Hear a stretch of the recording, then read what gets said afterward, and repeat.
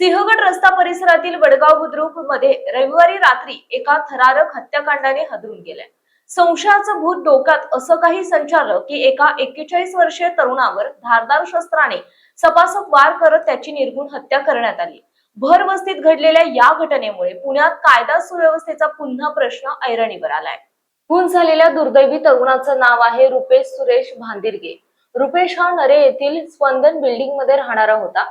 रविवारी रात्री वडगाव बुद्रुक भागात त्याचा अत्यंत निर्घृणपणे गेम ओव्हर करण्यात आला।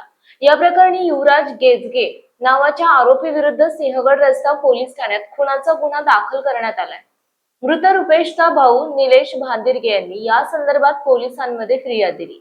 आरोपी युवराज गेजगे याच्या नात्यातील एका महिलेशी मृत रुपेशचे अनैतिक संबंध असल्याचा संशय आरोपीला होता। या संशयाच्या कारणावरून गेल्या काही दिवसांपासून या दोघांमध्ये धुसफूस सुरू होती, वाद सुरू होते आणि याच वादाचा शेवट रविवारी रात्री रक्ताच्या थरारात झाला। रविवारी रात्री ठीक 10च्या सुमारास रुपेश वडगाव बुद्रुक परिसरात थांबला होता। तिथे अचानक आरोपी युवराज गेजगे आला।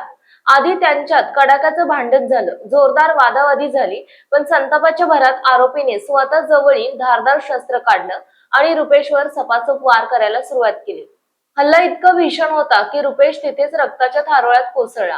आरडाओरडा ऐकून नागरिक धावून आले, पण तोपर्यंत आरोपी युवराज तिथून पसार झाला होता। घटनेची माहिती मिळताच सिंहगड रस्ता पोलिसांनी तात्काळ धाव घेतली। रुपेशला रुग्णालयात नेण्यात आलं, पण डॉक्टरांनी त्याला मृत घोषित केलं।